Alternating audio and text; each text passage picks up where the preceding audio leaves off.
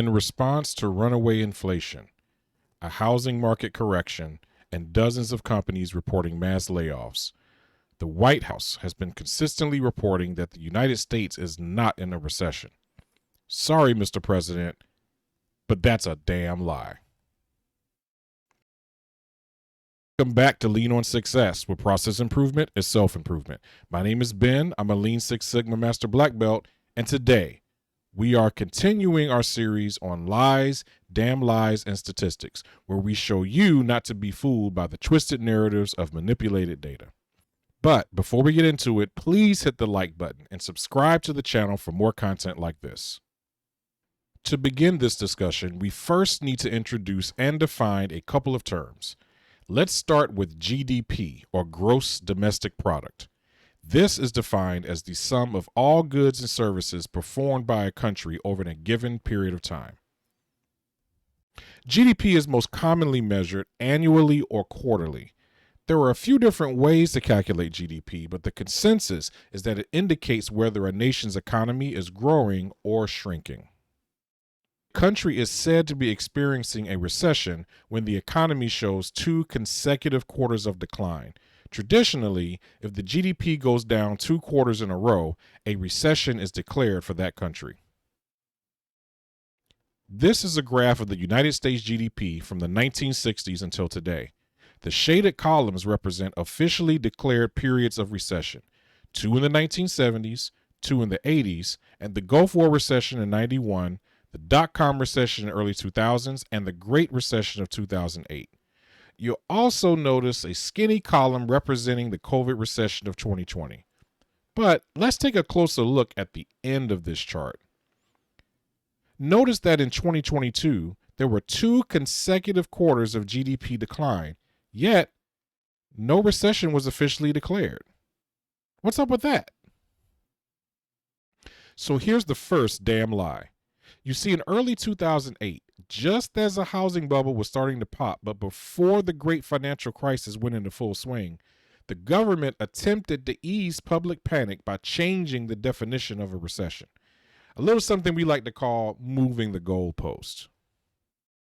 The new definition of a recession was updated to a significant decline in economic activity lasting more than a few months, as reflected by real GDP, real income, employment, industrial production, and wholesale retail sales.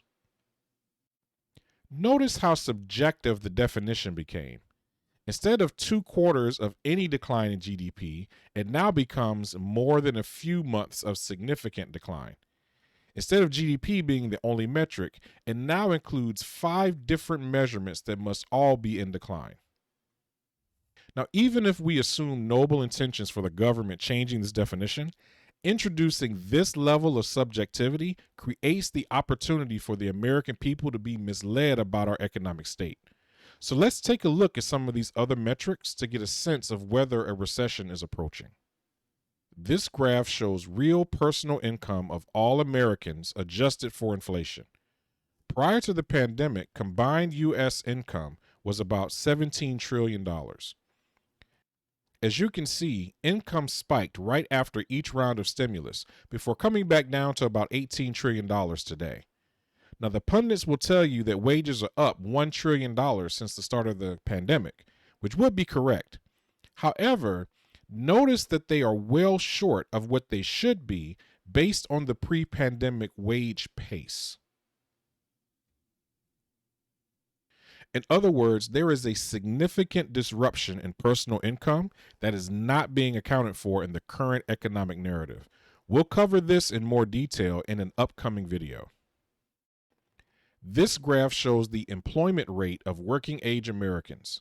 The numbers show that we've almost completely recovered from the brief collapse during the COVID lockdown. But here's what these numbers don't show.